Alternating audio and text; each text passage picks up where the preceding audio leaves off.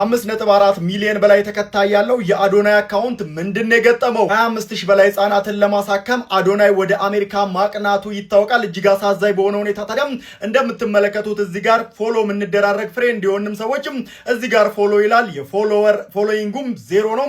ፎሎወሩን አያሳዩም። ላይኩን 0 አድርጋል። የምታዩቸው ቪዲዮዎችም ኮላብ ተደርገው የተለቀቁ ቪዲዮዎች ብቻ ናቸው። አዶናይ ዛሬ ለመጨረሻ ጊዜ በለቀቃቸው ቪዲዮዎች አካውንቱ ሊዘጋ እንደሚችልና ሁሉም ሰው ኮፒ ሊንክ እንዲያደርግ ጥሪ አቅርቦ ነበር። ታዲያ ብዙ ጊዜ እንደዚህ አይነት ነገሮች የሚያጋጥሙት አካውንቱ ለጊዜያዊ ያክል ሪስትሪክትድ ሲደረግና አንደር ሪቪው ሲደረግ እንደሆነ ቲክቶክ ይገልጻል። ይህ የአዶናይ አካውንት ታዲያ በአጭር ጊዜ ውስጥ ይመለሳል ብዬ ተስፋ አደርጋለሁ። ከቲክቶክ ጋርም እሱም ሆነ ሌሎች በዚህ ጉዳይ ላይ የምታውቁ ሰዎች ንግግር አድርጉም፣ እኛም የምንችለውን እናደርጋለን። በነገራችን ላይ ከሰሞኑ የአዶናይ ብቻ ሳይሆን የበርካታ ልጆች አካውንቶች እየተዘጉ ይገኛሉ።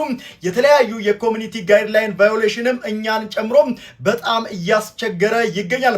እንደምታውቁት ከሰሞኑ በዜናው የምናውቀው የሙሴ ሰለሞንም ሆነ የጃኒ አካውንት ከዚህ ባለፈም በርካታ ልጆች አካውንት ተዘግቷል።